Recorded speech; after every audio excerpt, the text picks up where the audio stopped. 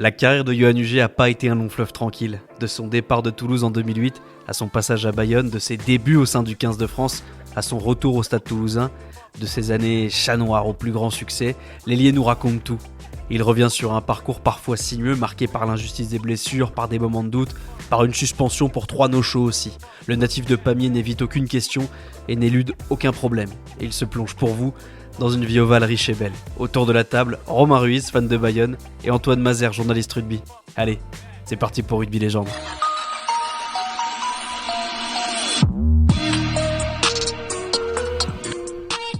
Bonjour à tous et bienvenue dans Rugby Légende, l'émission qui te propose de passer 1 heure avec tes rugbyman préférés. Pour nous accompagner pour cette première, on a décidé de réunir autour de la table un journaliste sympa, un fan total et surtout notre première légende, celle qui va nous accompagner aujourd'hui. J'ai le plaisir d'accueillir un joueur passé par Agen, Bayonne, mais surtout Toulouse, je me trompe pas pour l'instant. Il a marqué le rugby français des années 2010, Yoann Huget est avec nous. Salut Yoann. Salut à tous. Ça va? Pas mis. Ah oui, mais parce que j'ai pas mis les centres de formation, c'est pour ça. Préformation. École de rugby. Ouais, très important. Ça compte. T'es comme Fabien Galtier, t'es à cheval sur les écoles de rugby. Exactement, mais parce c'est qu'il y a important. beaucoup de bénévoles, beaucoup de gens qui se donnent à 200%. Tu as raison. Et grâce à eux, ils m'ont permis d'accéder au Stade Toulousain et d'avoir cette carrière. Et l'équipe de France, on en reparle, on y reviendra, on détaillera ensemble ta carrière, ton parcours, tes bons souvenirs, tes mauvais souvenirs, on va peut-être les évoquer aussi rapidement. Voilà, on va tout voir ensemble. Face à lui, il est tombé dans le rugby quand il était tout petit, depuis il a pas beaucoup grandi, mais bon, il est là quand même. Romain est avec nous, c'est un intégriste de l'aviron bayonnais, supporter du 15 de France. Salut Romain. Salut Pierre, salut à tous. Bonjour Yoann. Bonjour. Bon, ton physique parle pour lui, tu n'es pas rugbyman professionnel. Non. Tu as touché du doigt le professionnalisme, les croisés tu connais. C'était quoi ta réaction quand je t'ai dit que tu pouvais faire une émission avec une légende du rugby ? Je sais plus ce que je faisais quand tu m'as appelé, tu m'as dérangé j'imagine comme d'habitude. Non, je me suis dit que c'était cool, c'était probablement ma seule chance de voir une légende du rugby en vrai, sauf à aller en bas de chez toi Yoann, et je m'excuse encore une fois. C'est toi que j'ai croisé hier. J'ai préparé l'émission. J'ai été condamné pour ça, donc désolé, mais en tout état de cause, voilà, ça fait plaisir. Le dernier autour de la table, lui, est journaliste. Il a touché du doigt presque le rêve du professionnalisme, mais il a préféré le journalisme, c'est dire s'il est déterminé. Il sévit aussi bien à la radio qu'à la télévision. Vous l'avez certainement entendu sur Sud Radio, peut-être vu sur l'équipe TV. Antoine, bonjour Antoine Mazère. Salut Pierre, salut à tous. Ça va ? Club découvreur, soyons Angoulême, on parlait des clubs formateurs, les clubs découvreurs, comme disait Fabien Galtier. Ouais, bon. Tu nous as pas donné notre palmarès à Romain et moi, mais... On va faire vite. 0, que dalle. Voilà. Si, peut-être une coupe groupe B chez les cadets, non, même pas. Non. Non, Avant- pas non. Ouais. Non, Non, non. mais soyons honnêtes, vous UNSS. êtes nuls, on est tous nuls au rugby, il n'y en a qu'un seul qui en a fait son métier, c'est Yoann, donc nous on est juste là pour l'accompagner. Enfin C'est ça. Romain, toi pour nous parler de ta passion, Antoine pour nous aiguiller, pour pouvoir donner parfois quelques infos supplémentaires. Messieurs, avant de démarrer, je vais vous expliquer quand même un peu le concept de l'émission. Nous, on va illustrer les moments que nous allons vivre ensemble, et surtout ceux de la vie de Yoann. Pour ça, on va utiliser une capsule temporelle, un objet de collection numérique qui s'appelle un play. Alors je sais, vous allez me dire, ah mais Pierre, c'est quoi un plays ? Ah, vous n'allez pas le dire, moi vous n'allez pas le dire. Non. Un plays, Attends. c'est ça.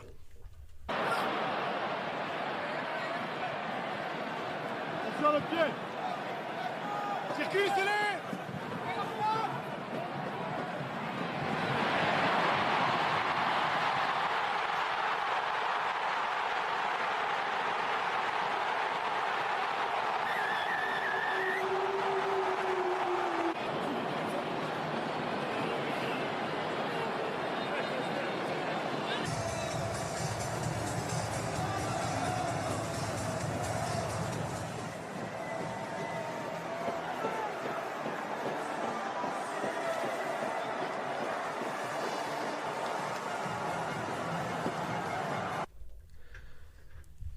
Vous l'avez compris, un play, c'est une capsule, un moment qu'on a conservé et qu'on va pouvoir collectionner. C'est ce qu'on va d'ailleurs tenter de voir ensemble, comment faire pour les mettre en valeur. Tout ça, ça va être mon boulot, vous ne vous inquiétez pas. Yoann, on l'a vu, c'était le premier succès toulousain, là, à l'instant, sans toi. Ça fait quoi de voir un club gagner ? J'y étais. Hein. Bien sûr, tu y étais, mais J'étais avec le groupe, avec l'équipe la veille, donc... comment tu t'es senti dans cette conquête du titre toulousain ? Comment je me suis senti comme si j'étais remplaçant, mais qui n'est pas rentré. Ouais, Tu vois, t'as réussi à conserver ce lien Voilà, avec le groupe. Je regardais Hugo Mola pour savoir s'il faisait appel à moi pour rentrer, mais non, il m'a jamais regardé depuis le match. Et avant ça, j'allais rentrer au vestiaire pour essayer de trouver les mots, pour essayer de réconforter les mecs. Et Romain, avec son coup de baguette magique, a réussi à... Ah, tu t'étais déjà projeté à ce que tu allais pouvoir raconter à tes coéquipiers en cas de défaite. Ouais, de réconforter. Et voilà, j'étais en train de descendre et le stadier me dit non, il reste 2 minutes, on a fermé, plus personne ne peut rentrer dans les vestiaires. Donc, c'est grâce à lui que tu as vécu ça en direct. Exactement. Quoi. Ah, c'est fou. Ouais, c'est ça. Putain. Merci, je l'ai remercié. Faut le retrouver, lui. Ouais, je l'ai remercié. Antoine, cette victoire à la dernière minute, c'est un des moments les plus intenses que tu as pu vivre, toi? Ouais, en plus, déjà, c'était ma première finale top 14 que je vivais au stade. Donc, déjà, en plus, je crois que c'était l'une des premières finales où vraiment, j'avais vraiment ressenti que c'était 50-50 parce que y avait ce scénario où il y a eu qu'une confrontation juste avant en Coupe d'Europe où ça avait quand même laissé un esprit de revanche pour ces Rochelais. Et c'est vrai que j'avais pas mal suivi la semaine des Toulousains et c'est vrai que j'avais beaucoup vu Johan présent à côté du groupe, notamment lors du Captain Run. C'est vraiment un moment important où j'avais senti les Toulousains décontractés. En fait, ils font toujours un petit foot en fait avant. Et en fait, je sais jamais, je me posais beaucoup de questions, savoir si c'était vraiment de la décontraction, de la sérénité. Et Johan, en fait, il y a beaucoup de joueurs qui viennent le voir. Et c'est vrai que tu avais l'impression que c'était un joueur qui faisait vraiment partie du groupe à ce moment-là et qu'il était important. Même s'il était plus sur la feuille de match, même s'il était plus titulaire, tu sentais qu'il y avait Antoine Dupont qui venait le voir. Il y avait pas mal de joueurs qui venaient te voir, qui venaient prendre des conseils. Et je trouvais cette relation vraiment importante. Et comme tu l'expliques, cette image à la fin où tu as envie d'aller les consoler le plus vite possible parce que tu te dis que cette finale, finalement, elle va leur échapper à pas grand-chose. Et en fait, tu étais là sans vraiment être là. Et j'ai trouvé, nous, on le voyait vraiment parce que... c'est difficile de trouver sa place en plus dans ce genre de circonstances parce que quand tu es blessé, souvent, tu sors du groupe. Tu n'es plus vraiment impliqué, en tout cas, pas toujours autant que ce qu'on voudrait. Et c'est vrai que c'est une place un peu délicate. Mais ouais. on va y revenir, hein, Johan, sur, mais ma sur place la a fin. été facile à trouver puisque j'étais déjà plus dans le groupe. Oui. Donc, je reste en contact avec les joueurs, on s'écrit quasiment toutes les semaines. On sentait que c'était important que tu sois là quand même. Ouais, c'est... Alors, il y a une malédiction parce que là, je suis allé voir la demi avec eux, j'avais fait pareil au Leinster, on en a pris 40. Et là, ils m'ont dit, bon écoute, si on perd la finale... tu viens plus, tu restes chez toi. Donc j'avais quand même un peu de pression malgré tout parce que je me suis dit, si on perd... Et là, je vois le déroulé où on n'est pas dominateur, où on subit les assauts Rochelais. Bon, c'est bon, je peux retourner, s'il y a d'autres finales ou demi, je vais pouvoir retourner auprès du groupe. Mais sur le moment, c'est vrai que l'exploit de Romain Ntamak, on était bouche bée. Je crois que le mot c'est bouche bée. Il y a d'ailleurs une petite vidéo parce qu'on était sur Sud Radio avec Daniel Herrero et François Trio. Et on voit, il y a une petite vidéo où on se regarde avec François et on a limite, on n'a plus de mots en fait.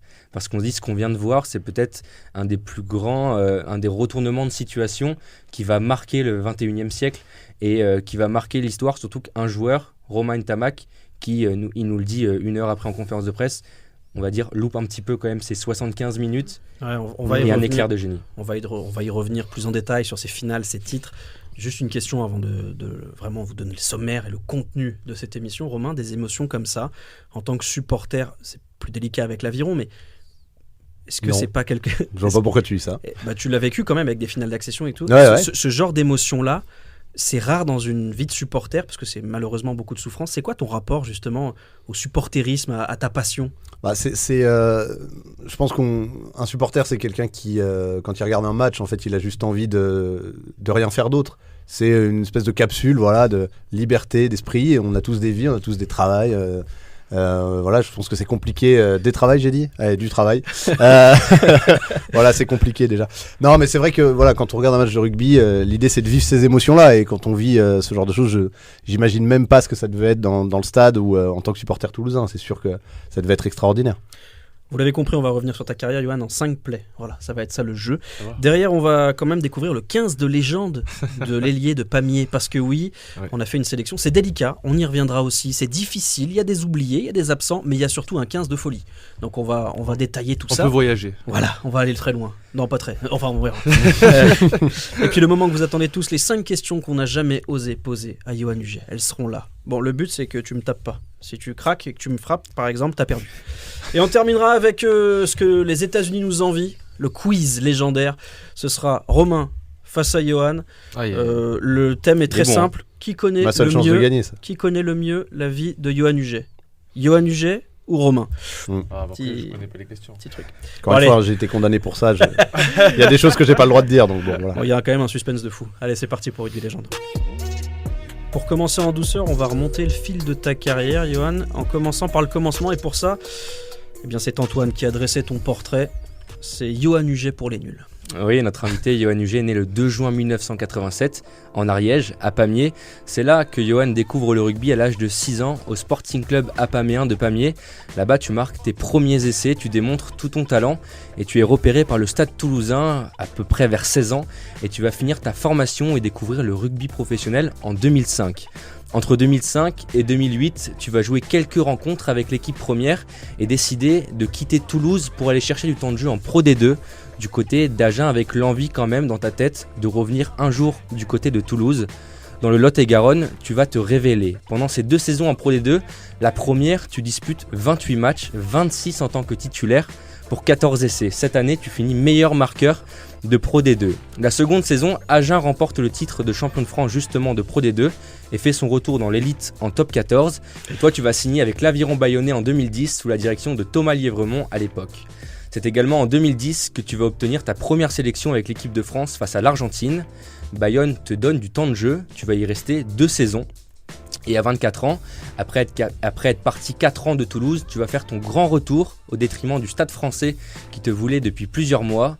Tu rejoins logiquement Toulouse, ton club formateur, en quête d'un ailier pour combler le départ en ce moment du Fidjien, Kokoni Bouka notamment, et pour doubler le poste aux côtés de Vincent Clerc et de Yves Dongui. Guy Novest le disait, rares sont les joueurs qui partent de Toulouse pour y revenir un jour. Tu as su te challenger, te relancer, te retrouver pour revenir au meilleur moment. 9 saisons de suite que Johan va enchaîner au Stade Toulousain jusqu'en 2021, où tu quitteras les terrains prématurément à cause d'une blessure au tendon d'Achille face au Racing 92, te privant justement de cette fin de saison. Mais à Toulouse, Johan va connaître les meilleurs moments de sa carrière, 2 titres de champion de France, une Coupe d'Europe et une reconnaissance indiscutable du public français.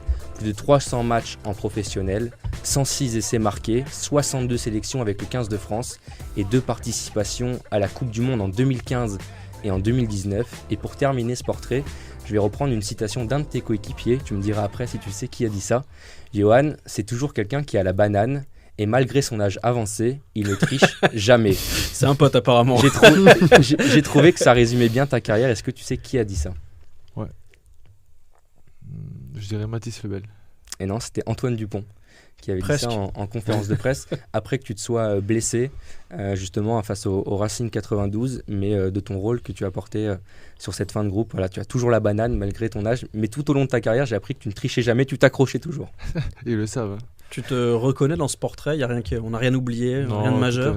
Tout a été parfait, sauf que j'ai pas arrêté ma carrière prématurément, c'est juste que C'était j'avais annoncé, déjà tu t'es annoncé, pété. Oui. et Et ça le se- fait de l'avoir annoncé, je pense que ça m'a permis de me libérer et de me blesser en même temps, de prouver que voilà, j'avais réellement mal quelque part, parce que au moment où je l'annonce, tout va bien, je marque des essais, tout se passe bien, j'enchaîne les bonnes prestations, donc tout le monde me disait mais pourquoi t'arrêtes en fait?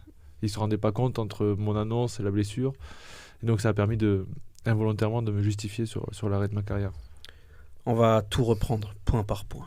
On est en 2008, tu es un jeune joueur de 21 ans à l'époque, c'est ta première saison avec les pros. Et Toulouse, cette année-là, renoue avec le Brennus.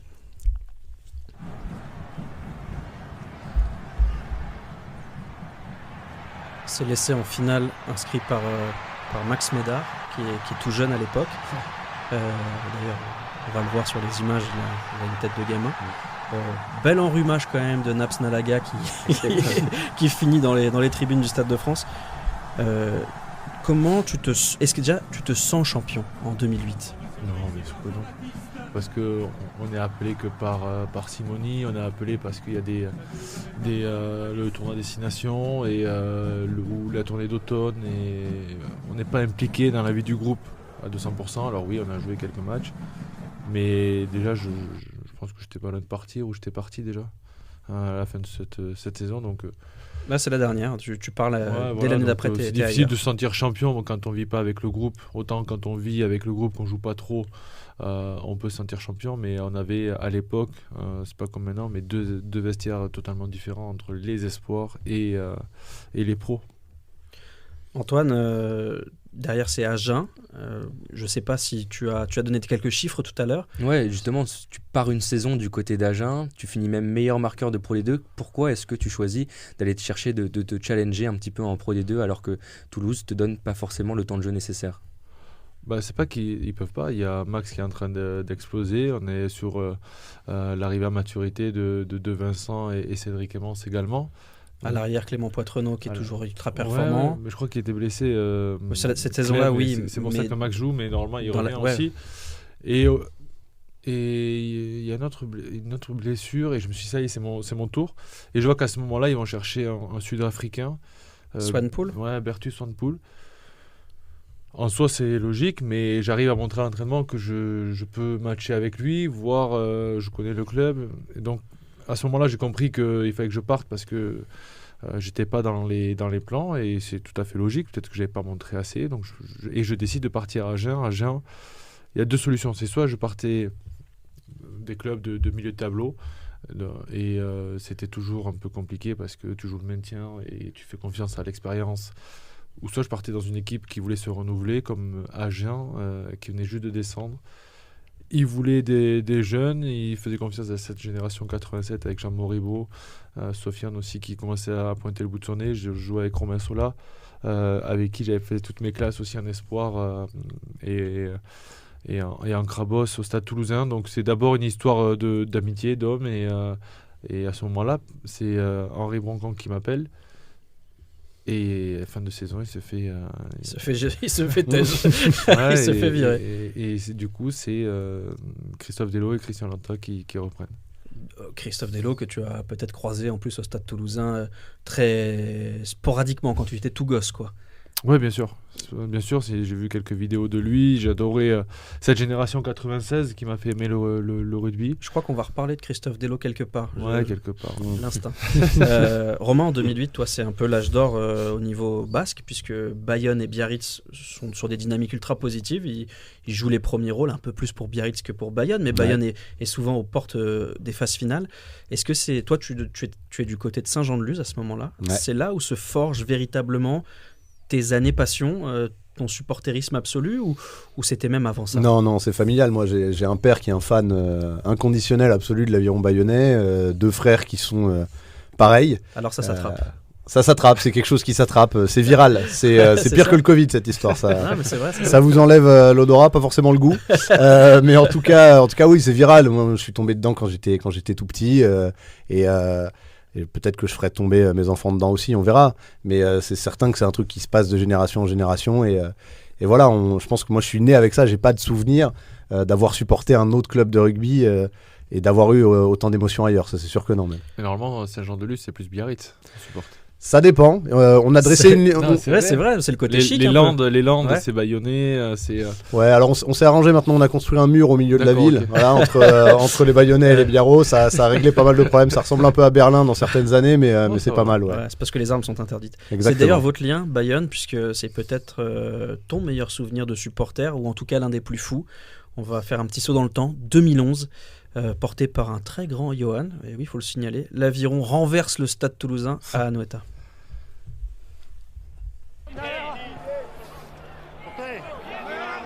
Johan, je ne sais pas si tu te rappelles de ce match avec les couleurs de la Sociedad d'ailleurs. C'était incroyable. Est-ce que tu peux nous raconter un peu C'était pendant le tournoi Destination, et revenir en club, ça m'a donné une bouffée d'oxygène. Voilà, c'est sauf qu'il peut, parce qu'il y a 3 contre 1. Il a all-in. J'ai que ça à faire, et je me suis dit, Yannick, il va me sauter, c'est sûr qu'il va, avec la qualité qu'il avait. Et puis, il fait la passe, j'étais surpris aussi. Et j'ai couru parce qu'il y avait qu'un mec qui pouvait me courir après, c'était Max. Et je cherchais partout, je pensais qu'il allait me tatiller, mais il n'était pas là. Et donc voilà, c'est grâce à, je pense, à un match comme ça que je peux revenir à Toulouse, et le match retour aussi. Ces 2 matchs face à Toulouse sont très bien passés pour nous collectivement. Donc voilà, ça m'a ouvert la porte d'un retour. Antoine, Bayonne, c'est une réussite aussi pour Johan en termes d'essais et en termes de performance individuelle. Ouais, on le disait, tu as fini meilleur marqueur de Pro D2 avec Agen. Et là, à Bayonne, tu marques quand même 12 essais sur ta saison en top 14. Est-ce qu'on va dire qu'un bon ailier, c'est un ailier qui marque? Comment est-ce que toi, tu vois le poste d'ailier? Parce que c'est vrai que des fois, il y a des ailiers qui sont remis en question parce qu'on dit qu'il faut absolument qu'ils marquent. On regarde les statistiques beaucoup aujourd'hui. Quel est ton rapport avec ce poste d'ailier? Là, pour la petite anecdote, on se challengeait, c'était Max qui avait fini premier. Avec 15 essais, si je dis pas de bêtises. 14, il m'avait rendu fou. J'essayais de même à distance, voilà, mais parce qu'ils avaient joué les phases finales. Il y a plus de matchs. Voilà, et donc bien moi sûr. j'avais pas les phases finales. Ah, Ouais, oui, d'accord. t'étais- Donc sur la phase Ouais. régulière, C'est- ça voilà, aurait été- ouais, bien sûr, sûr, t'aurais évidemment. été évidemment. Donc, l'histoire elle est Bien sûr. classée. Bien sûr, c'est on a eu sûr. de longs débats comme ça avec lui. J'enverrai juste cette séquence à Max. Juste Voilà. celle-là. Mais pour revenir à ta question, Un bon ailier, est-ce que c'est un ailier qui marque des essais? il y en a un, oui, Damien Penaud, qui est au bon moment, ou Vincent Clerc aussi, qui ont cette faculté, ou Chris Ashton, à marquer tout le temps, constamment, parce que ils arrivent à coller au ballon, et d'autres, non. Je vois Mathis Lebel qui, a des fois, il marque beaucoup, d'autres fois, non, mais c'est pas pour autant qu'il est bon ou mauvais parce qu'il marque ou il marque pas. L'essentiel, c'est de faire. Moi, j'aime bien regarder les ailiers, c'est la tâche qu'ils font durant un match. S'ils attendent le ballon, s'ils provoquent quelque chose. S'ils vont chercher du travail ailleurs, s'ils Bah, défendent. tout dépend des conditions climatiques. Si on est en plein hiver, un ailier, ça va être compliqué qu'il aille marquer. Donc il va falloir qu'il aille trouver du travail aux alentours du 9-10, aider comme un 9e avant aussi, c'est ce que je regarde. Donc voilà, c'est pas forcément un ailier qui marque beaucoup. Mais les ailiers peuvent être complémentaires. J'aimais bien la complémentarité entre Villiers et Penaud, ouais, par exemple. J'aimais bien, ouais. Ouais, parce qu'il y en a un qui est besogneux, Voilà. ferrailleur, pénible, qui ralentit les sorties de balles, et l'autre qui est fulgurant, Qui, qui marque des essais. Ouais, il peut attendre. Enfin, il y a ce match à Twickenham qui était complètement fou. Ouais. On le voit pas durant tout le match, Damien, et sur une transversale. Il traverse le terrain. Une combinaison bien jouée, doublée, voilà. Mm. Homme du T'étais match. lequel, toi? T'étais le ferrailleur ou l'élégant rapide marqueur?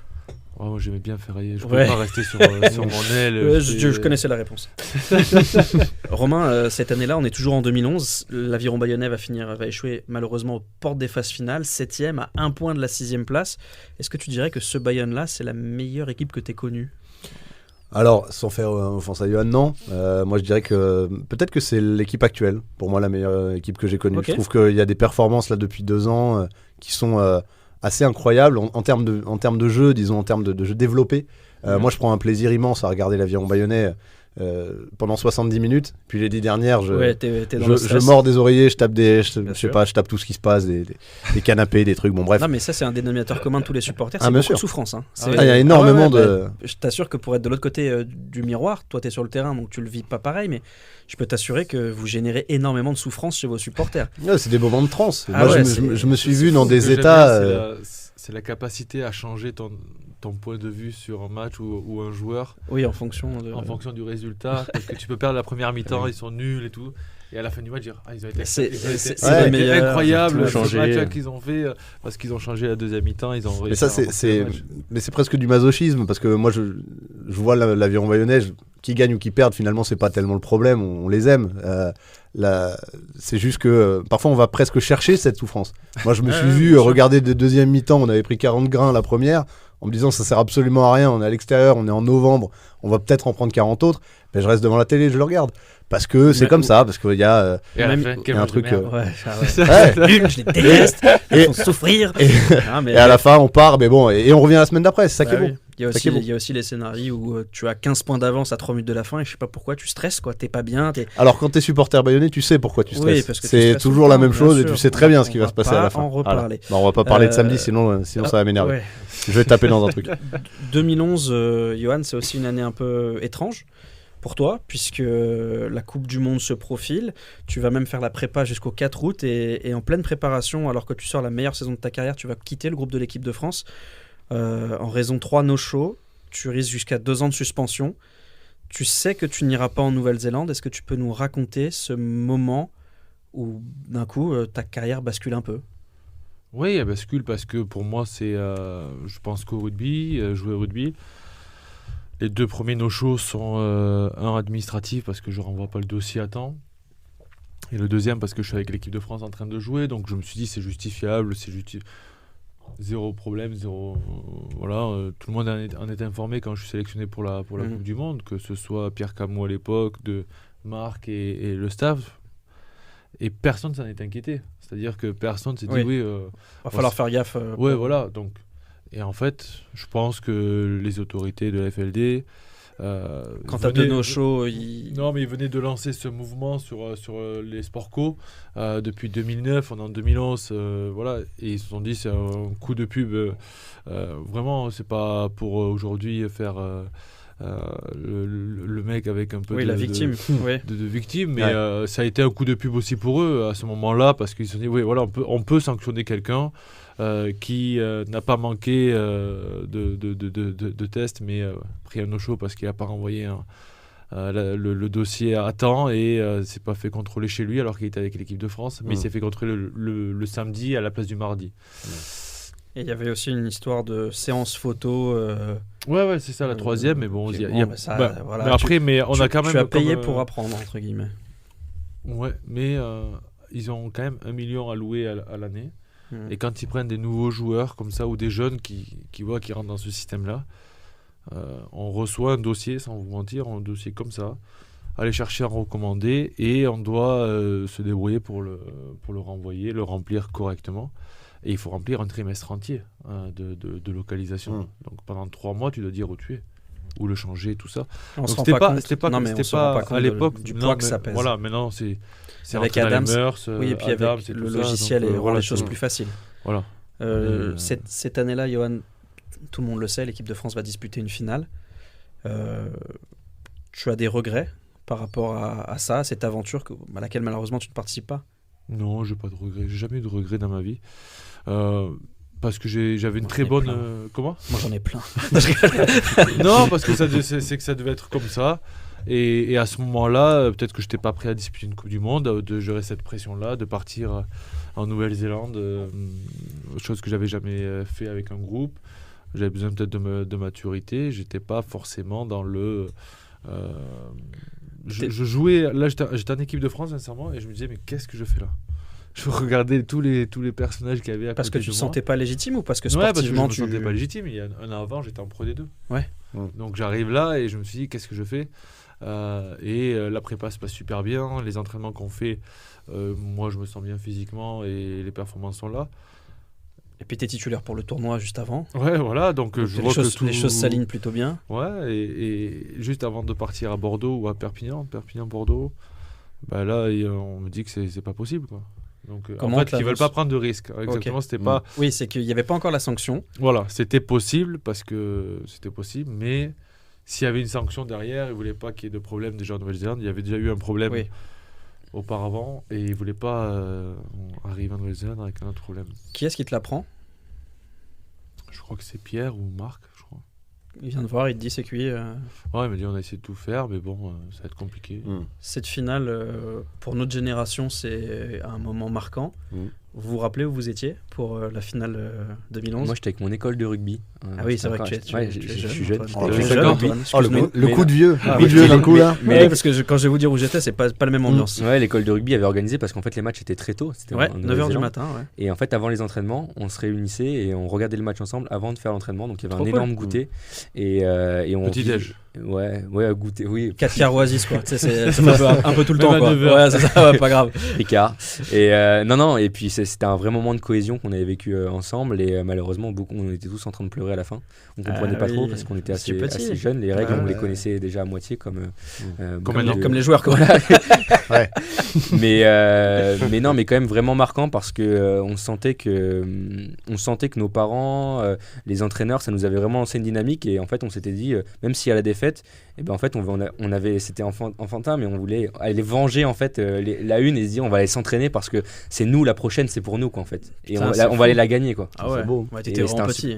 Ouais, c'était vraiment le rêve de gamin, c'est génial. Ouais, mais c'est Romain, peut-être un peu moins gamin, on est de la même génération. Ouais, un peu moins joli, je pense que j'étais bourré à 9h du matin comme beaucoup de gens. Et non, moi j'étais chez mes parents, je me souviens d'avoir fini, il y a des canapés, j'ai fini au sol, allongé.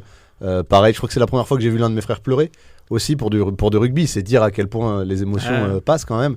Et puis une espèce de sentiment à la fois énervé et triste, parce que t'es évidemment énervé par ce qui s'est passé, et puis Bah, tu perds d'un point en Nouvelle-Zélande. tu perds d'un point, t'as un sentiment d'injustice totale, et puis triste parce que il est 11h du matin, tu déambules dans la rue, t'es mort bourré et t'es Oui. triste. Bon, bah voilà, c'était juste. Il y avait un côté un peu pathétique, mais, Ouais, bien sûr. mais Carton bon, voilà, jaune quoi. et cette pénalité, c'est la double peine. quoi. Exactement, ouais, c'était la double peine. Ouais. Moi, je vous la fais rapide. Moi, j'ai été ivre-mort à 9h30. Donc, Voilà. le match, je m'en souviens vaguement. Je sais juste qu'à la fin, j'étais triste. Voilà. Ouais, c'est à peu ouais, près Comment globalement. on fait pour boire à 9h?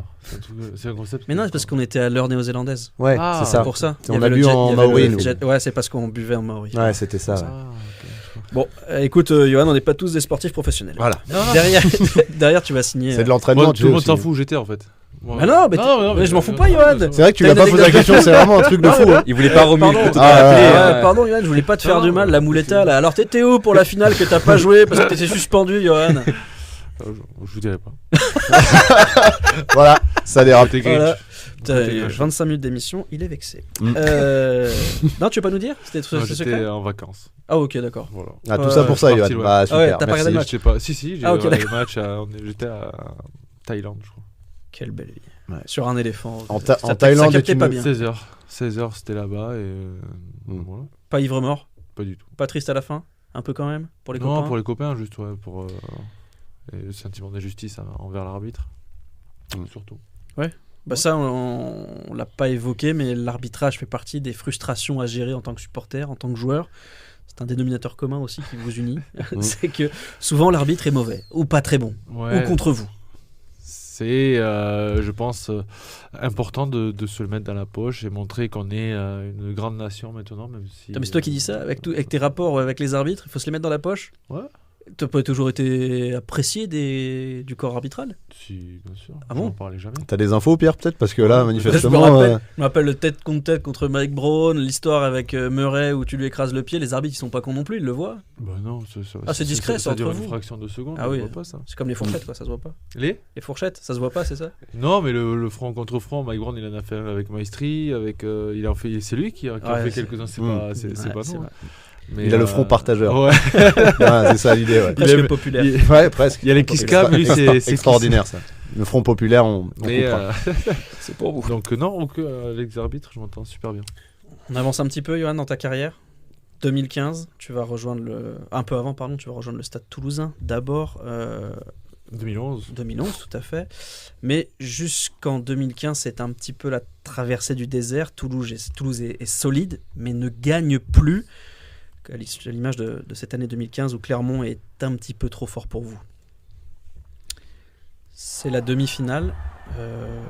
Vous tombez sur une très bonne génération clermontoise. Tu te souviens de cette demi? Et autre question subsidiaire, est-ce qu'à un moment tu as douté de ton choix d'aller à Toulouse pour gagner des titres? Non,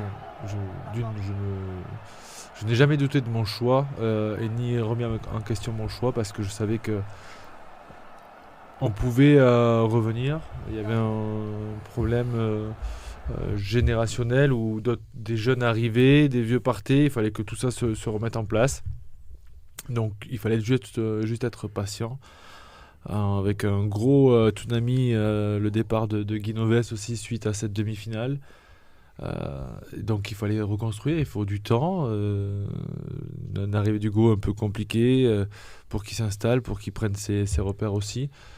Et voilà, en prenant notre temps, j'avais dit au président, écoute, tu vas me faire re-signer jusqu'à 40 ans, mais tant que j'ai pas gagné quelque chose avec ce club-là, je vais rester, je vais jouer parce que je dois partir en laissant une trace, en laissant quelque chose. Je peux pas être venu à Toulouse 2 fois et sans avoir gagné, c'est Voilà, pas possible. Donc, voilà, ça aurait été le chat noir, quoi. Voilà, Mm. donc Hugo Je sais pas me comment- disait assez souvent que j'étais le chat noir. C'est vrai? Ouais, il me dit c'est pas possible. Mm. Et, Ça c'est bien les coachs qui te mettent en Ouais, confiance. c'est bien ça. Tu serais pas un peu le chat noir, toi? mais bon, depuis que je suis revenu, il gagne avant que j'arrive. Un an avant, il gagne. Et depuis que je reviens, c'est compliqué. Et la demi-finale, on a le match en main. Et la rentrée de Brock James Ouais, il a été cruciale pour nous parce qu'il y avait des drops. Voilà, il a été sur ce match-là incroyable.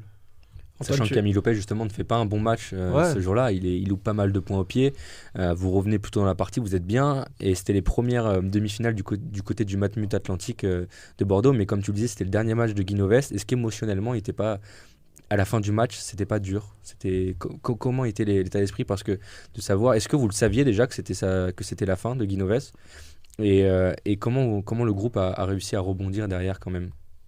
Bon, on le savait puisque on avait fait son départ sur le dernier match, il me semble, à la maison. Ouais, à Vallon. Et pour nous, on était en mission pour aller jusqu'au bout, quoi. On n'avait pas d'obstacle. Les Clermontois, c'était juste une étape. On n'avait pas prévu de s'arrêter là. Et je pense que quand on se retrouve dans le vestiaire, tout le monde est pris un peu au dépourvu. Et je reste pas après le match. Moi, je pars. J'ai ma fille qui est en train de naître, donc je vois pas cette séquence émotion. Donc je me douche vite et je pars. Et voilà, je m'excuse un peu. Je souhaite bonne route parce que je sais qu'on va se revoir avec Guy parce qu'il habite à Toulouse et parce que techniquement, il avait la possibilité de prendre l'équipe de France. Donc il y avait quand même une possibilité que tu le recroises. Non, au début. Non, pas au début. À la base, je pense pas qu'il soit parti pour pas ça. Non. Et donc du coup je dis à bientôt et j'allais l'appeler et voilà, je pars. Pour moi il faut vite que je rentre à Toulouse pour la naissance de ma première fille. Romain, quand on n'est pas supporter toulousain, le stade toulousain c'est quoi? Ça incarne quoi?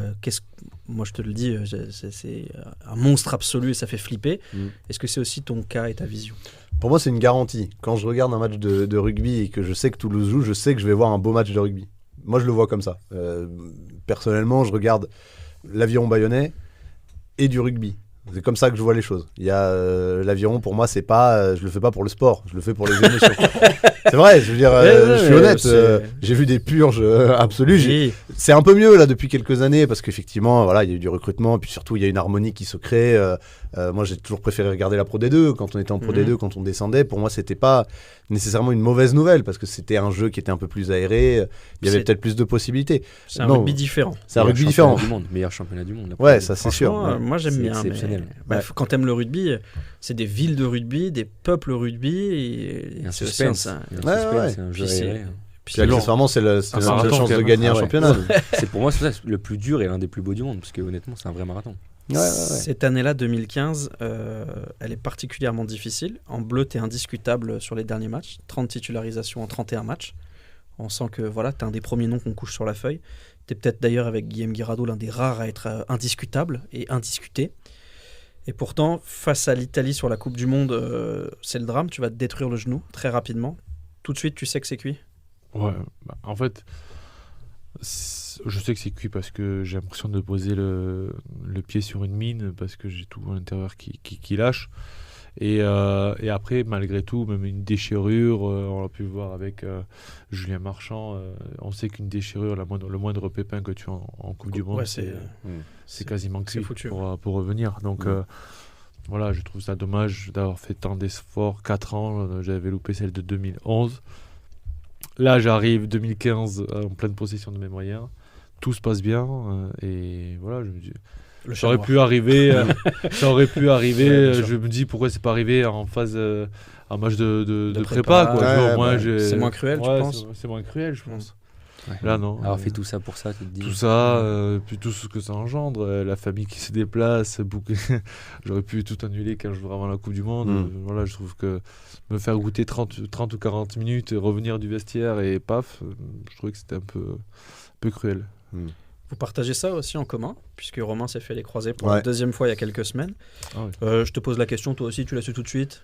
Ouais, moi je l'ai su tout de suite. C'est vrai que le staff a été présent. Non, mais ça a moins de conséquences, sportives. Ça a moins de conséquences, oui, effectivement. Disons que je trouvais que le clin d'œil était sympa. Apparemment, il trouvait que le clin d'œil était sympa. Non, si, le clin d'œil est sympa. Pas de tes croisés, je m'en fous. Si t'as d'autres idées, n'hésite pas. Ouais, j'ai d'autres questions. Vont suivre une saison blanche quand même pour toi à Toulouse, et puis l'arrivée d'un nouveau coach, Hugo Mola. Ça veut dire que tu ne joues plus, que le coach se met en place et met en place son effectif, sa façon de jouer sans toi. Je ne sais pas dans quel état d'esprit tu étais, mais moi j'aurais eu peur. C'était ton cas, de peut-être pas réussir à regagner ta place? Non. Parce qu'on ne parle pas d'un petit club, là. On parle du Stade Toulousain où il n'y a que des cadors. Oui, bien sûr, mais au-delà de ça, c'est que Je savais que si je revenais bien et en prenant mon temps, et c'est ce qu'on a fait, Hugo, au-delà de l'entraîneur, on a beaucoup de connaissances aussi en commune, que ce soit dans la vie privée aussi. Donc, il allait me mettre sur le terrain, ça allait être à moi à faire mes preuves. Donc, il n'y avait pas de... J'avais pas de peur particulière, juste à part bien revenir et être bien dans ma tête et mes baskets. Ça, c'est le côté compétiteur, regagner sa place. Moi, tu vois, je suis le côté pas compétiteur, j'aurais eu peur pour la mienne. Tu vois, c'est chacun son. Voilà, on s'adapte comme on peut. Il y a une nouvelle génération qui va prendre le pouvoir dans cette équipe version Hugo Mola. C'est pas la moins talentueuse du monde en plus. Personne ne prend le pouvoir. Personne ne prend le pouvoir, c'est juste que. Il s'impose. Oui, parce que par la force des choses, comme chaque nouvelle génération, ça a été la génération. Non, mais c'était pas péjoratif, hein, pas prendre le pouvoir par la force, mutinerie. Hein, c'était que Oui. ils arrivent et ils sont C'est pas titulaires. un coup d'état, le Une délire. façon de dire, quoi. C'est pas une Après. omerta, quoi. Voilà, c'est ça. C'était pas les bons couteaux la nuit, tu vois, c'est pas ça. Non, Il non, y avait on un est côté d'accord. mafieux un peu, j'avoue. Quand Ouais, on ouais, regarde Pierre Non, Burset, pas du à tout. côté, ouais. Non, pas du tout. Bon, cette saison-là, toujours est-il qu'en 2019, la saison du Stade Toulousain est Une nouvelle exceptionnelle. génération arrive. Voilà. Elle prend pas le pouvoir, mais presque. Ou quasiment, quoi.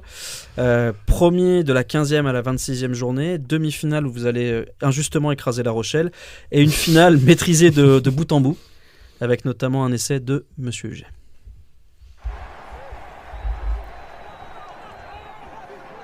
Cette finale, finalement, vous allez jamais douter.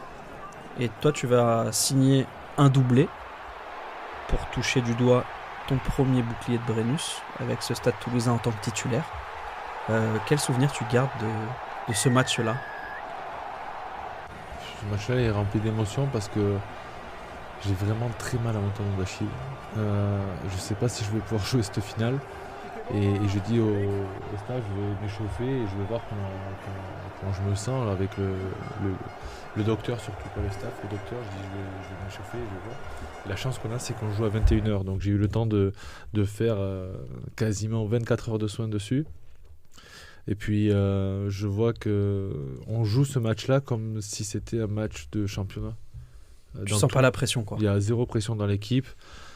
Et d'ailleurs, je demande, il y a pénalité dans les 5 premières minutes dans les 22 Clermontois. Et je demande une passe au pied. Et on l'a fait. On l'a fait, la passe au pied. Et on est à 2 doigts de marquer. Et là, à la fin du match, c'est surréaliste. Il y a 0-0. Hein. Ouais. À la fin du match, le président il va me voir et me dit mais Qu'est-ce qui se passe? je t'en ai voulu que tu fasses ça. Et en même temps, je dis que c'est dans notre ADN de demander ça à ce moment-là. Donc, vous avez joué comme vous avez joué durant toute l'année. Et toute l'année, ça nous a porté, ça nous a réussi. On a quand même vécu une année exceptionnelle. Partout où on se déplaçait, on avait peur de rien, de personne. Et n'importe quel joueur dans l'équipe rentrait, on gagnait. Il y avait une osmose, une émulation dans ce groupe. C'était incroyable.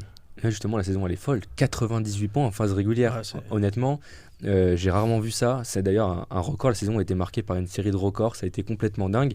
Une vraie maîtrise, peut-être. La première saison, tu disais des débuts compliqués pour Hugo Mola. Là, c'était une saison plus qu'aboutie. Et surtout, ton premier Brennus, ça y est, le premier trophée, tu l'as soulevé. Qu'est-ce que tu as ressenti? Ouais, c'est quand tu montais les marches, là. Soulagement, libération. Il y a tout qui passe par la tête. Mais au-delà de ça, c'est vraiment au-delà de la finale. Hein, c'est cette saison. L'ensemble. Ouais, c'était fou. Et des fois, je m'arrêtais pendant l'entraînement, je regardais l'entraînement se dérouler et les joueurs. Je disais, mais en fait, il peut rien nous arriver. Je voyais cette équipe qu'on avait, que ce soit des Chelsea Colby, Sofiane Guitoun qui était au sommet de son art, avec Pita Aki. En défense, on était très costaud, on prenait très peu d'essais. Et en attaque, chaque ballon qu'on récupérait, c'était des mecs qui partaient à 200 à l'heure, tous dans le même sens. On savait tout le monde ce qu'il allait faire. Et à ce moment-là, c'était sincèrement à vivre. Je souhaite à tout joueur de rugby de vivre une saison où de des sérénité. Sérénité, oui et non, parce qu'au final, on avait peur de perdre notre place. Ah oui, la concurrence était énorme. Si tu jouais pas, tu savais que les deux autres qui allaient jouer après toi, c'était pas des gaz, costaud. Ouais, bien sûr. Ça gaze fort et c'était les entraînements, ils étaient 2 fois plus durs que les matchs où ça s'accrochait, ça se bataillait parce qu'on savait que les places elles allaient être très chères et qu'on voulait faire partie de cette aventure et de ce groupe. Dans cette nouvelle génération, Romain, est-ce qu'il y a un joueur que tu bades particulièrement? Celle du Stade Toulousain, Oui, un joueur que je bade. oui, que tu aimes beaucoup, genre vraiment très fort. Après, tu Ah. peux dire plusieurs parce que là, franchement. il y Ouais, avait tu quel- peux citer quelques-uns quand même. Mais... il y avait- Non, moi je trouve que Romain Ntamak est fou. Les rares fois où j'ai joué au rugby, j'ai joué 10 quand j'étais jeune, donc forcément voir un type pareil, c'est assez impressionnant. Moi je trouve que ce mec-là, et puis la force qu'il a de revenir et puis d'avoir des performances hyper rapidement après notre blessure commune, du coup. C'est Johan, vrai que c'est votre lien à tous mais les voilà, trois. ça notre quoi. lien. Mais c'est vrai que ça fait un lien avec Romain Ntamak, j'aurais pas dit. Antoine, Et moi tu as aussi. croisé. Ah ouais, bah, toi aussi, Il y a que voilà, moi en bah, fait. ouais. Il y a que moi Voilà. qui était juste nul en Ah, fait. ça Ok, peut- bah, c'est cool. Merci. Ça peut les gars. s'arranger, Pierre, après Non, l'émission, mais on ça peut va, te péter merci. les croisés. Non, y a non, pas mais de- ça va. Moi, j'ai fait les Ça autres peut être trucs. un ça truc, va. hein, mais. Non, mais moi, j'ai fait les autres trucs. J'ai fait Bon, les bah. chevilles et tout. C'est bien. Non, on s'en fout. on s'en Non, si, Ah, si, si. cheville, Ok, c'est donc, important. T'étais où pour la finale de la Coupe du Monde? Alors laquelle? Parce qu'il y en a quelques-unes. Dernière page de cette carrière qu'on retrace année par année, c'est celle qui arrive, le Covid, les saisons tronquées, les moments de doute, les questions sur le rugby en général. C'est le moment où toi tu vas annoncer que ça va être ta dernière saison en 2021. Malheureusement, elle va être un peu plus courte que prévu et le doublé, celui-là, tu vas le vivre dans les tribunes. C'est donc une finale face au Stade Rochelet, tout à fait. On l'a abordé en préambule de cette émission. Cette finale-là, tu la vis finalement au plus près du groupe sans vraiment y être. C'est difficile de vivre une finale comme ça. Oui, parce que on préfère tous jouer. Après, il n'y a que 23 places, on le sait. Et si on Dans le stade aussi. Ouais, c'est vrai que là, cette année-là, les places étaient chères. Hein. C'était assez particulier d'aller au Stade de France comme ça, mais ça fait. C'est un titre, hein, c'est marqué, donc il n'y a pas de. Il n'y a rien à jeter, mais tout le monde disait que je crois qu'on était fatigué, qu'on était épuisé, qu'on était. Et donc on a voulu juste encore une fois prouver que tout allait bien. Et Ça voilà, fait penser aux vieilles recettes de Guy Novès. Ouais, mais parce qu'on était champion d'Europe, mais outsider pour la finale, c'est bizarre ça. C'était fou, et donc il y avait quand même un groupe assez compétitif, avec un peu d'orgueil, et il voulait juste montrer que finalement la fatigue était passagère. Johan, on a retracé ta carrière et finalement on se dit que tu as eu, comme beaucoup de joueurs, des moments délicats que tu as surmontés, des grands moments de bonheur. Est-ce qu'il y a un moment que nous avons oublié et que tu aurais aimé mettre en avant? Peut-être une anecdote, une image, un instant qui résume ta carrière? T'as le droit de dire non. Non, parce que vous avez fait un travail extraordinaire pour votre première. Il faut vous féliciter. Bah, sache qu'on est une Vous avez équipe de été, 40. ouais, Voilà. vous avez été très bons. Chaque pierre a été importante dans cet édifice, et bravo à tout le monde. Il n'y a rien à rajouter. Vous avez vu les gars, ça c'est du professionnalisme. Clac, carré, pam. Et l'après-carrière après. Hein. Bah, tu Bien me sûr, demandes pas. l'après-carrière, il fait que commencer, Ouais, Johan. ouais. Donc on racontera tout ça quand il aura 80 ans. Voilà, Il y a des choses à une dire, demi-page. Ouais, on fera des plays de lui à Sud Radio qui commente, ça va être génial. Merci Johan de nous avoir parlé de toi. Maintenant, on va parler des autres.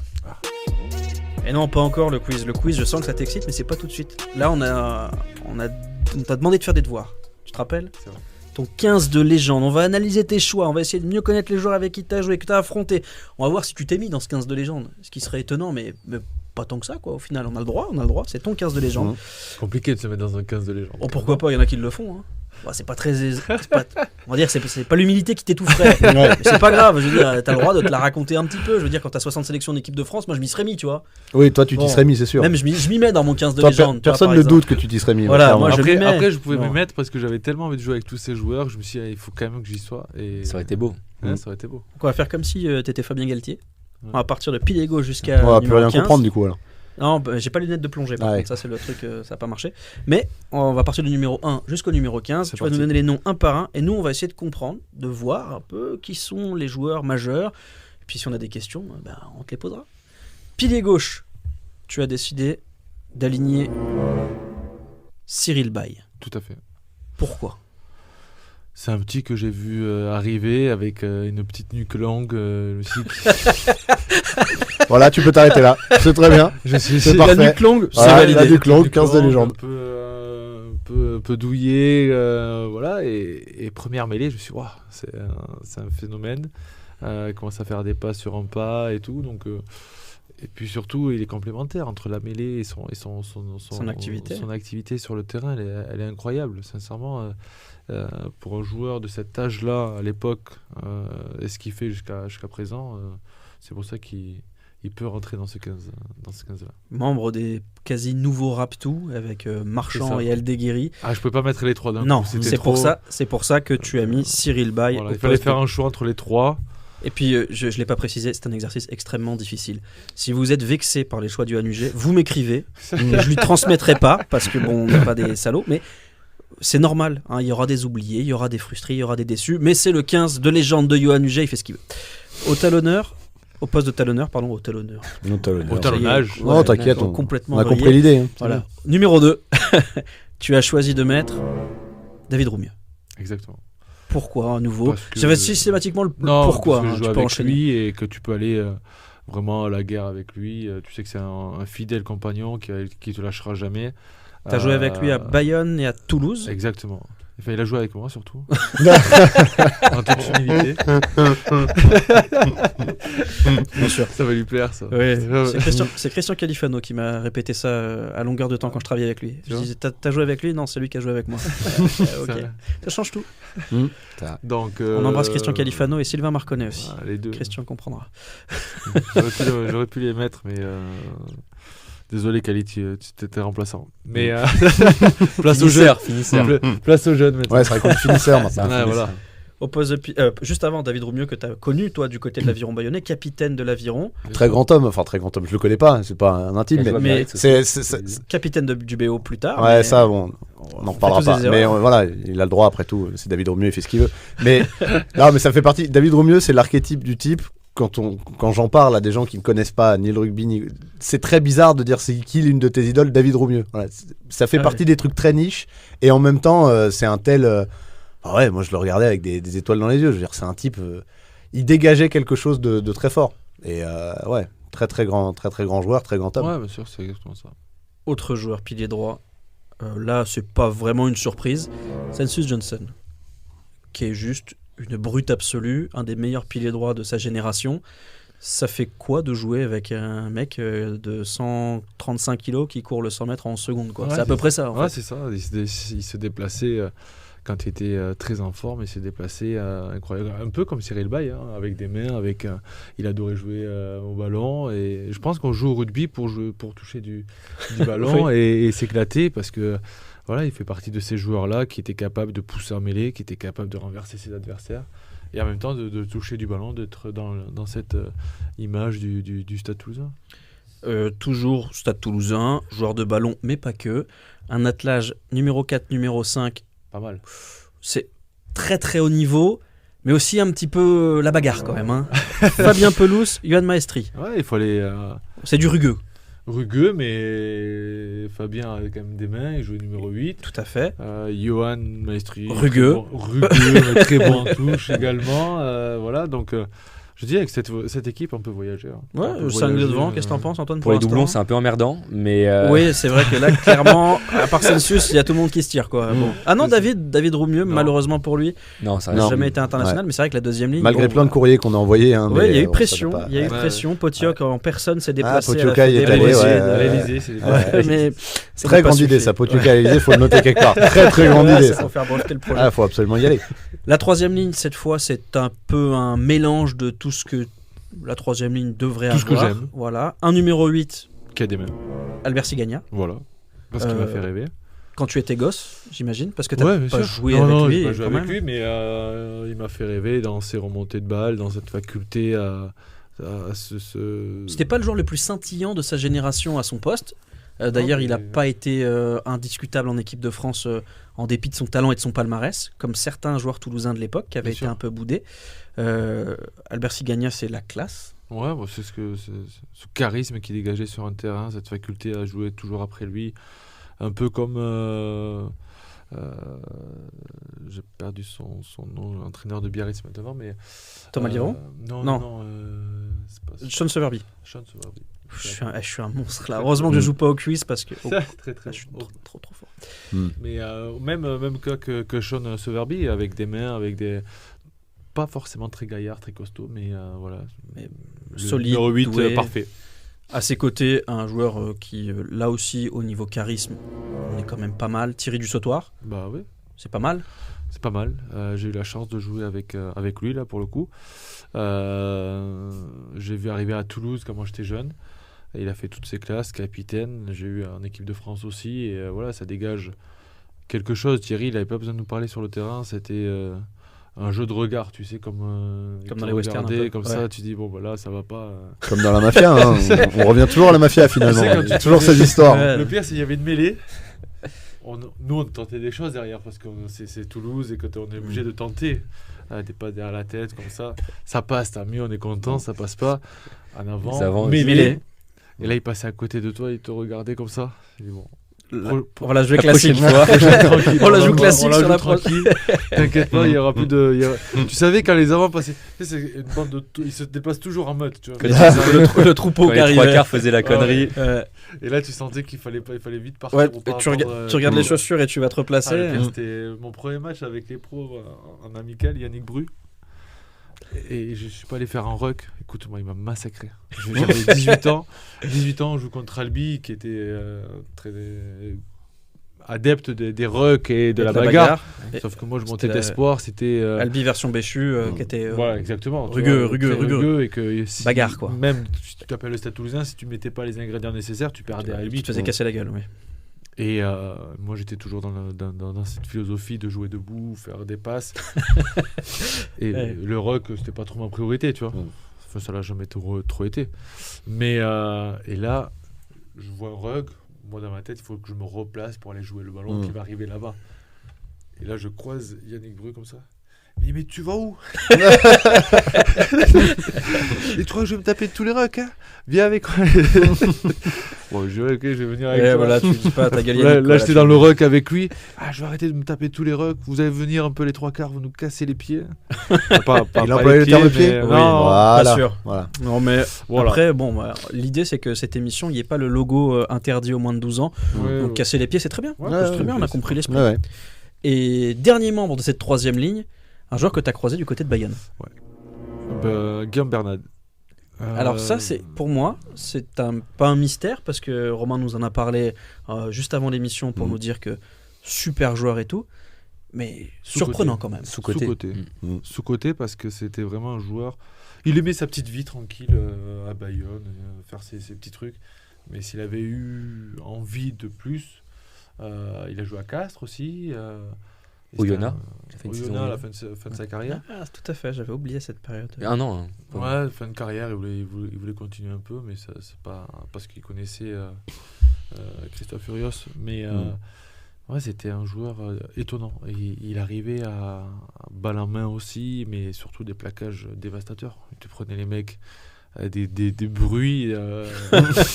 Les bruits de carcasse de Ah, voiture, je te à peu promets, près. Voilà, c'était ça l'idée. Il arrivait d'une vitesse et d'une violence, alors que c'est un gentil garçon, tu parles, il crie jamais. Mais quand Il il se arrivait, métamorphosait sur le terrain. c'était fou. C'était dingue. Et voilà, c'était pour moi, il fait partie de ces joueurs-là. La charnière, on est sur un niveau tout de suite international. Antoine Dupont, Christophe Dello, Ouais. la vitesse, du talent, l'élégance. Christophe, tu l'as croisé à peine au Stade Toulousain, mais tu l'as connu à Agen en tant que Ouais. coach. Antoine, tu l'as vu arriver à Toulouse et exploser au plus haut niveau. Si tu devais nous dire un mot sur chacun, qu'est-ce que tu évoquerais? L'intelligence de jeu, les deux. C'est pour ça que je les ai mis ensemble. Parce que Christophe Dello, c'est le seul coach qui nous faisait des entraînements en fonction de l'équipe contre qui on allait jouer. Donc c'était assez varié. À l'époque, c'était pas commun. Et il est arrivé avec des exercices qui étaient faits pour déstabiliser l'équipe adverse sur les 3 quarts, le jeu 3 quarts, le jeu de mouvement. Et ça fait partie de l'un des entraîneurs derrière que j'ai connu. Alors après, il a ses côtés aussi psychorigide, d'anciens joueurs qui gardent où il fallait pas boire de jus d'orange, il fallait pas manger de ketchup, il fallait pas le jour de match, tu vois, parce qu'il a certains principes, parce que lui ça lui réussissait pas, donc il pensait que si c'était pas fait pour lui, c'était pas fait pour les autres, donc personne n'avait droit à quoi que ce soit. Voilà. Et ensuite voilà, c'était 2 joueurs qui sont élégant et à l'écoute et très intelligent. Aux ailes, là aussi, élégance, classe. Vincent Clerc. Et puis un joueur phénomène absolu, Émile Ntamak, qui était le joueur préféré de John Alomou, qui trouvait que c'était le meilleur joueur du monde.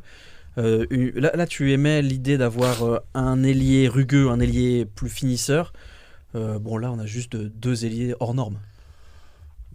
C'était difficile de faire un choix. Oui, des ailiers. Tu en as connu quand même quelques-uns, des pas mal. Quand tu as joué avec Rups, il Sosoni y Buka. avait Rups qu'on pouvait mettre aussi. Mais dans la continuité et dans une carrière, c'est quand même assez lent. Eux, ils ont une carrière assez linéaire, mais top, tu vois. Et sans embûches, sans rien. Et je trouve que ils sont l'image du rugby que l'on aime. Émile, avec ses chevauchés incroyables en équipe de France et au Stade Toulousain. Et Vincent, cet ailier, l'un des premiers ailiers petits, avec un casque, avec Christophe Dominici aussi à Bien l'époque. sûr. Mais c'était le premier avec un peu de hargne, un peu de... qui se battait avec ses moyens, ses capacités. Une de ses premières titularisations en équipe de France, c'était face à John Alomou, justement. La première. Et on attendait tous que le monstre lui roule dessus. Et Vincent, ce jour-là, avait fait un match exceptionnel en défense. C'était accroché en défense et tout, mais parce que le rugby aussi avait évolué, comparé à John Alomou, Vincent, même s'il était petit, il était quand même assez costaud. Oui, c'était pas comme 10 ans avant. Il ressemblait plus à des gars comme moi qu'à des gars comme toi. Il était formé, quoi, tu vois. Mais pour moi, c'est quand on me dit pose un 15 je suis obligé de mettre ces deux-là, alors j'aurais pu en mettre beaucoup plus. Oui, aussi, bien sûr. Mais... L'exercice est cruel, de toute façon, tu dois en mettre 15. C'est le principe du 15. En fait, c'est qu'il y en a 15. Au centre, Florian Fritz, Wesley Fofana, un puncher et un joueur plus rugueux, plus physique. Florian Fritz, tu as partagé des matchs avec lui. Est-ce que tu penses qu'il a eu la carrière qu'il méritait ? En équipe de France, j'entends. C'est la carrière qu'il a voulu. Parce que je sais pas, mais c'est lui qui a voulu avoir cette carrière-là. Il décide de tout, de ce qu'il a envie de faire, ou pas. Mais Vincent Florian, c'est quelqu'un qui est entier. Donc s'il se sent pas bien dans un élément, il va pas se forcer pour avoir des caps en plus ou pas. Donc il s'est toujours battu, il a toujours tout donné pour son club. Après, l'équipe de France, c'est quand même assez difficile. On est éloigné de sa famille quasiment pendant 6 mois.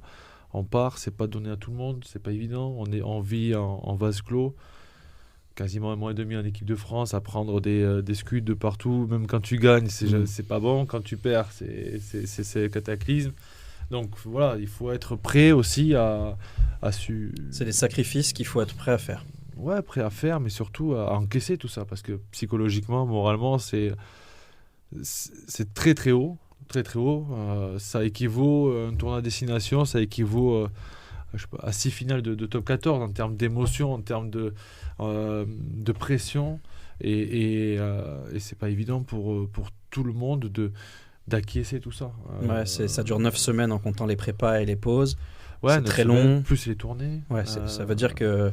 tu pars, j'avais calculé, on part 6 mois. Si tu as une année internationale et plus club, tu pars à peu près 6 mois de chez toi.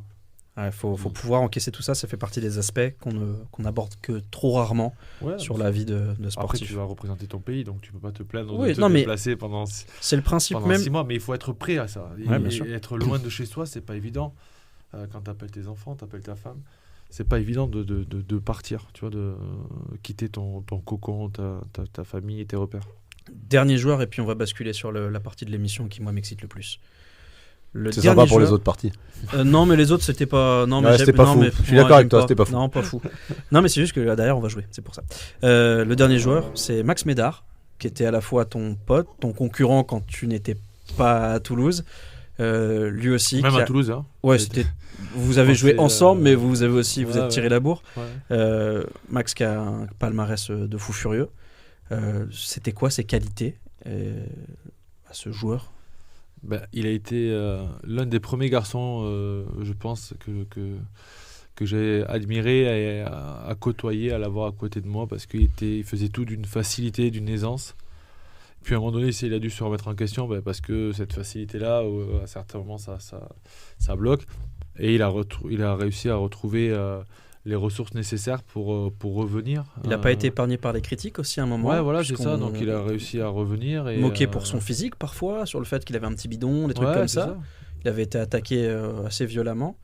À la suite de ça, moi j'avais eu la chance de passer 1 heure avec lui en interview à l'équipe à l'époque, où c'était la phase où il avait arrêté le gluten. Je sais pas si tu te souviens de cette Ouais. période-là. Et Fatigué avec tous ces trucs.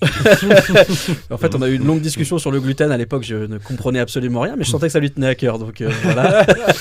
C'est ce que tu as vécu des fois, on l'avait pendant des heures parce que je voulais pas lâcher quoi que ce soit. Donc on discutait. Et des fois c'était sur le terrain aussi. Donc, Vous parlez de gluten sur le terrain Non, Ah ouais. sur Sur le des- fait qu'on que qu'on l'un et lâchait l'autre voulaient pas lâcher. Ah d'accord, on ouais. voulait rien Je lâcher. me disais, non. bizarre Non, les le- discussions sur le terrain quand même.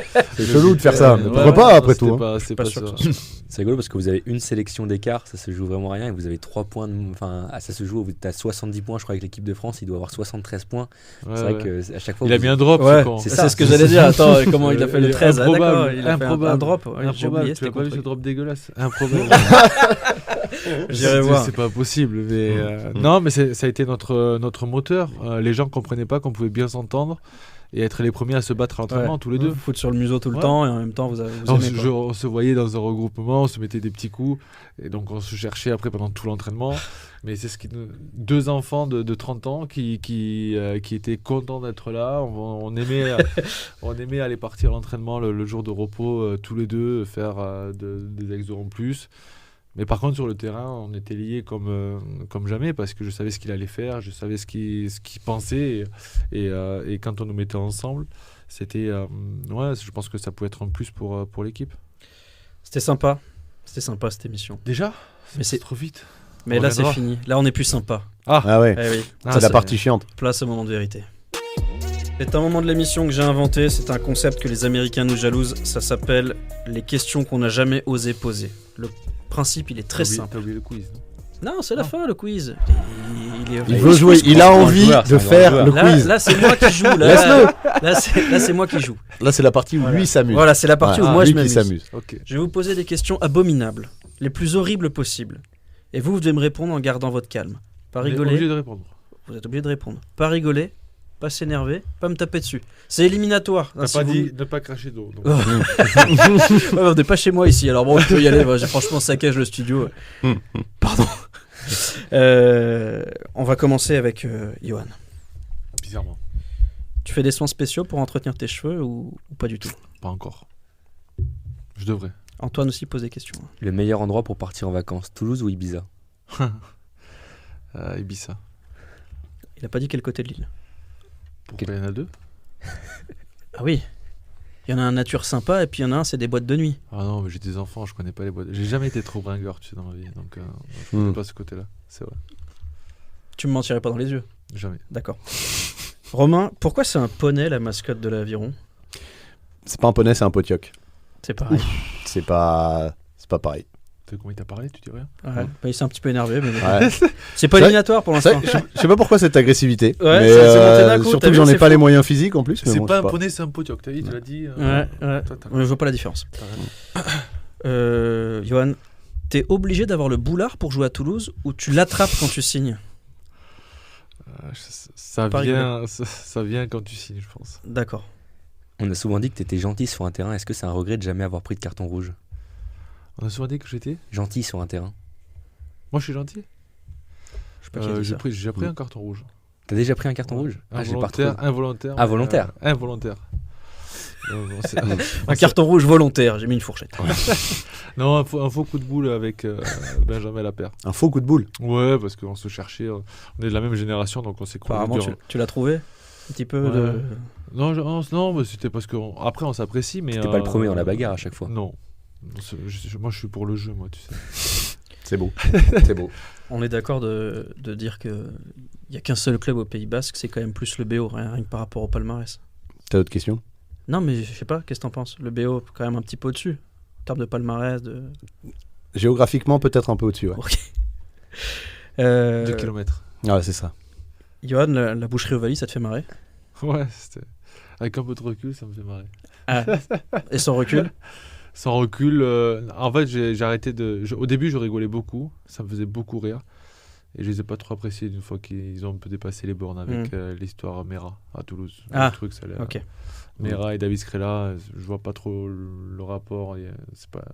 Puis ils n'ont pas toujours été tendres avec toi non plus, mais ça allait. Mais moi, il n'y a personne qui a été tendre avec moi. Je suis pas là pour qu'on soit tendre avec moi. On joue, on fait un sport, on fait pour être critiqué, ça nous fait avancer. Mais voilà, c'est pas. L'équipe de France a gagné un tournoi à destination en 2010, juste avant ta première sélection, et a dû attendre 2022 avant d'en remporter un autre. Est-ce que finalement, c'était pas toi le chat noir de l'équipe de France? Faut pas rigoler. Alors, ouais. Tous les deux, vous avez rigolé. Hein. Ah, t'as oublié de nous le dire. C'est ta faute. J'ai commencé en disant faut pas rigoler, faut pas me T'as taper. t'as oublié de nous le redire. Ah oui, pardon, Ouais. faut pas rigoler. Le chat noir, non, c'est pas moi. Pas obligé de justifier. Hein. Parce que si, parce qu'on a fait on est allé en quart de finale comme l'équipe de France cette année actuelle en 2019. Donc bon. C'est moi qui rigole là, je sais pas pourquoi c'est nerveux. C'est nerveux. Tu dirais que la poupluche Yoann Huget, c'était pas un peu une idée de merde? C'est très bien parti, ça a très bien marché. Marketingment parlant. On va la voir. On va juste voir la poupluche pour que les gens y... Il y en avait ouais. 3. Hein. Ouais, mais celle-là, c'est vraiment la plus laide. Oh là là, non, pas du tout. T'es fier de ce truc-là ou... Bah, ça fait une trace, il faut laisser une trace. On m'a dit toujours quand il faut. Là, ça laisse une trace, ouais. Pas forcément, pas forcément la meilleure. Pardon, j'ai craqué. Pour terminer, Romain, la Peña Bayona, c'est pas un peu lourd au bout d'un moment? Bah écoute, la moins. Ah, on peut pas, on l'entend tout le temps dans les vestiaires de tous les Non. clubs de rugby de la Terre. Si on l'entend partout, c'est qu'il y a une raison, non? Merci messieurs de vous Qui être pose les prêtés questions du coup? au quiz. C'est toi? Oui, c'est encore moi. Toujours mais Toujours c'est- le quiz, hein. voilà. Il y a vraiment un délire de jouer Non, au mais là, on quiz. passe à un autre Non, truc. non, qui pose ces questions-là que tu viens de poser là? Mais c'est moi. Trouver où ces questions? Mais c'est moi. C'est dans mon cerveau malade. Ah, C'est- d'accord. ouais. Ok. Ça y est, tu sais à qui tu en veux maintenant. Ça y est. Ok. C'est On pour va le pouvoir texto passer au d'après. quiz. Le quiz, qui connaît le mieux la carrière de Yoann Huget? Yoann Huget ou Romain, le fan de l'aviron bayonnais? Romain, concentre-toi parce que j'ai tout fait pour que tu puisses y arriver. Mm. On va commencer par un qui a marqué. C'est très simple. Je vous donne un intitulé. Il faut trouver qui a marqué. Mhm. Yoann, t'as arrêté ta carrière en 2021. Cette année-là, qui est le meilleur marqueur d'essai de la saison? À Toulouse ou top 14? Top 14. Vous avez le droit à plusieurs propositions. Damien Penaud Non, 2021. c'est pas toi le... là. 2021. On peut dire tout ce qui nous passe Tout par ce qui te passe par la tête. 2021. 2021. Ouais. C'est pas dur, hein. Mathis Lebel. Ouais, non, On bon m'avait dit niveau. que t'étais un cador, une épée. Je suis un peu déçu. Je vous donne un indice? Un indice? Non, je vous dis pas le club parce que vous l'avez trouvé tout de suite. Il est fidjien.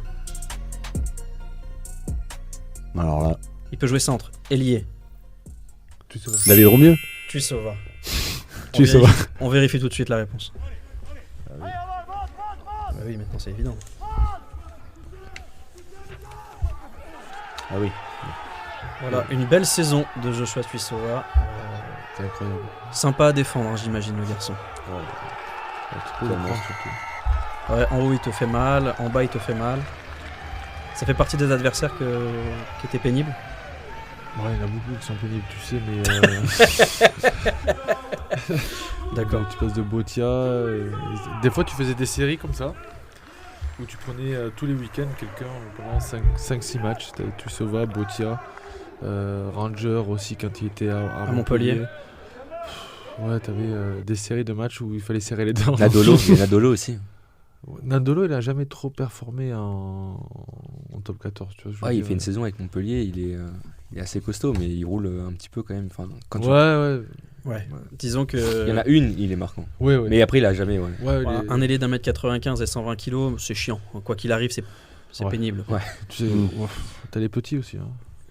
Les petits sont chiants aussi à attraper. Cheslin Colby, je préfère avoir Oui. Nadolo que Chess en face de moi. Ouais, je comprends. Oui, oui.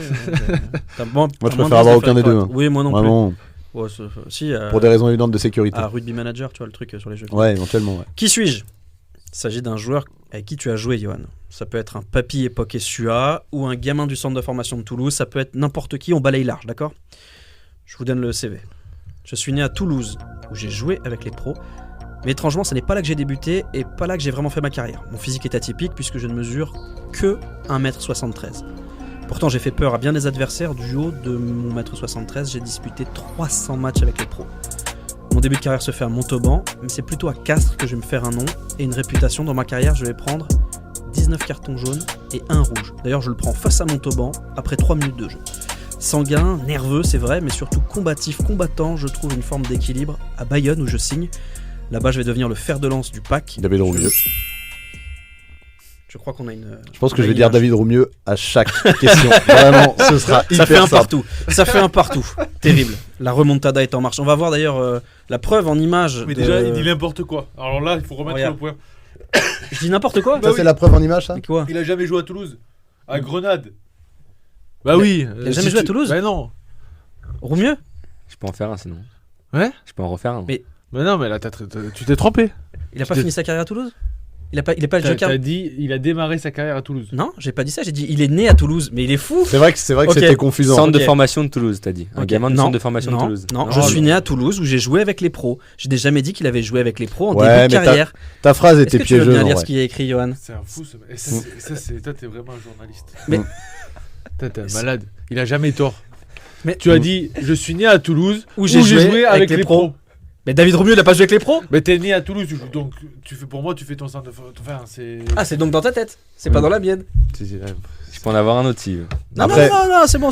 Moi, j'ai enchaîne. juste une Pas le petite. temps. Le On a point, dépassé. je le garde quand même. Bien Enfin, je veux dire, sûr, Techniquement, même voilà. je suis prêt à parce mettre que un mal- J'aimerais bien. Il y a un avertissement verbal. Sache-le, Johan, je ne supporte Mais pas non, qu'on mais- remette en question ce Il qu'on est, il est suivi de quoi l'avertissement verbal? Je sais pas, j'ai aucun moyen de sanction. Je sais pas du tout comment on peut aller plus haut Bon, que, bah, que ok. l'avertissement Bah, verbal. on le note. La question historique. C'est incroyable. Non, pardon, le flashback. On va se plonger dans le passé, un peu récent. Le passé quand même. Je vous donne une date, vous fermez les yeux et vous me dites ce qui s'est passé ce jour-là. Vous êtes prêts? Fermez les yeux s'il vous plaît. Le 29 mai 1982. La naissance de David Roumieux. C'était pas con, mais non. Attends, je vais vérifier, ça se trouve c'est ça, mais ça me paraît. Ce serait un concours de circonstances énorme. Non. Réfléchissez, qu'est-ce que J'allais dire la naissance de Johan, mais il l'aurait su. Donc, a priori, Oui, là, a priori non. Hmm. Réfléchissez, c'est Il par est né en rapport. 81, Romieux. C'est par rapport 15 à. octobre. Ah, d'accord, t'étais déjà dessus. ok. 15 octobre 81. Donc c'est pas ça. Non, qu'est-ce qui vous unit au-delà des croisés? Bah ouais, c'est ce que j'allais dire. Au-delà des croisés. Bah Bayonne. Ah, l'aviron bayonnais qui prend le nom de l'aviron bayonnais. La Non. Peña Bayona. Non, Non, en plus, non, c'est du c'est sportif avant. avec Bayonne, 82. Le dernier titre de champion de France. Voilà. Non, mais on n'est pas loin. La remontée Non. en première ligue. On est plus sur le champion de France. Et là, et au... Champion de France de Pro D2. Non, Top 14. non, pas champion, mais La dernière fois qu'ils dernière phase accèdent au finale. barrage. Phase Enfin, finale. aux phases finales, ouais. c'est quoi la réponse? J'ai pas compris. Dernière phase finale du club. Non, Dernière demi-finale du club. non, Dernière finale du club. oui. Ah là là, terrible, Ah, bien joué. terrible. Bien joué. C'était Bien vraiment joué, bien joué. un duel, comment dire, horrible, mais Ouais. à la fin il y a un vainqueur quoi. C'était très poussif. Ouais, C'était vraiment très poussif. Moi quand je l'ai écrit ça allait hyper vite, Ouais. je sais pas pourquoi. On va finir, il y a 2-1 pour toi Johan. Mais là, tout peut basculer, Pourquoi? parce que c'est l'énumération. Chacun son tour, vous allez me donner, avec Antoine en arbitre, Va jouer. non mais t'es arbitre, Oui, bien sûr. un joueur titulaire pour la finale de la Coupe du Monde 2011. On commence avec toi Romain puisque tu as un point de retard. Toutes les équipes confondues. Donc France et On va les- Nouvelle-Zélande. Oui, toutes les, Oui, les bah deux oui, quoi. Il y en a deux, mais Voilà. Thierry du Sautoir. William Servat. Ah, tu dis oui, toi. Là, tu valides. Ouais, c'est Je l'arbitre. valide. Ah, c'est d'accord, l'arbitre. Euh, Titulaire. Titulaire, ça, de 1 à 15. C'est le principe. Effectivement, c'est l'idée. Merde. Je vais quand même pas perdre maintenant. Ce serait fou parce que là, Ce là, il serait en reste 28. Hyper nul. Josion. Non. c'est une victoire écrasante de Ah, Johan Huget. vraiment Terrible. bourré, hein. Bon, Voilà, voilà. ça, C'est ça vraiment nous arrange bourré, pour. le- Ouais, là, c'était Alors, cata. était titulaire la Suze, la Pinte. On sent que vraiment cette finale 2011, il a peu de souvenirs. Ouais, mais après j'ai fait un blackout moi. Bon, en tout cas, J'ai merci. voulu enlever de ma tête ce qui s'est passé ce jour-là. Merci messieurs. Ah, mais Romain, quand même, on en a fait que 2. Ouais, mais bon. on a fait. Bah, ouais, l'aviron ouais, jouait c'est- pas ce jour-là, donc du coup moi j'ai Et pas. puis il n'y avait aucun joueur de l'aviron sur le terrain. Ouais, ouais. Ah, c'est Ça catastrophique. se serait passé Johan différemment. était en écoute. Thaïlande. J'espère qu'en tout cas, on ne retiendra pas que ça de ton passage dans l'émission. Romain, déjà, est-ce que tu as passé un bon moment? Non. Parfait. Antoine, un grand merci de m'avoir accompagné pendant 1 heure. On te retrouve quand, là, dans les prochains jours, prochaines semaines? Tous les week-ends sur Sud Radio avec Johan notamment, François Trio, Alex Priam et Philippe Panguero. On suit ce championnat qui nous fait vibrer, le top 14, mais aussi la fin de Pro D2. Ça va être très excitant cette fin de championnat de France de rugby parce que voilà, on ne sait pas qui va être champion cette année. Est-ce que ça va être Toulouse? Est-ce que ça va être le Stade Français? On va voir. C'est la finale. Et il y a peut-être d'autres clubs qui vont venir. Mais déjà le top 6, on ne le connaît toujours pas. Donc, Ouais. Et puis en bas aussi, c'est très serré. Merci à Stanislas Tourtoulou, Loïc Jonard et Andreas Gelé pour la préparation de cette émission. Merci à Julien Nice pour la réalisation. Merci à toi, Johan. J'espère que tu as passé un bon moment avec nous, pas trop pénible, en dépit de Romain, je veux dire. Merci à vous pour cette première. C'était très sympa de partager un moment comme ça avec vous. Bon, c'est chouette. Nous, on se retrouve très vite avec une nouvelle équipe, des nouveaux supporters, des nouveaux souvenirs, des nouvelles anecdotes. Et si vous voulez poursuivre l'aventure, on se donne rendez-vous sur legendaryplace.com. Vous venez d'écouter Rugby Légende consacré à la carrière de Johan Huget. En espérant que cette émission vous ait plu. Si c'est le cas, n'hésitez pas à la partager au plus grand nombre. Et puis si elle ne vous a pas plu, mentez et dites que c'était super. Allez, à très vite pour un nouvel épisode de Rugby Légende, le podcast signé Legendary Plays.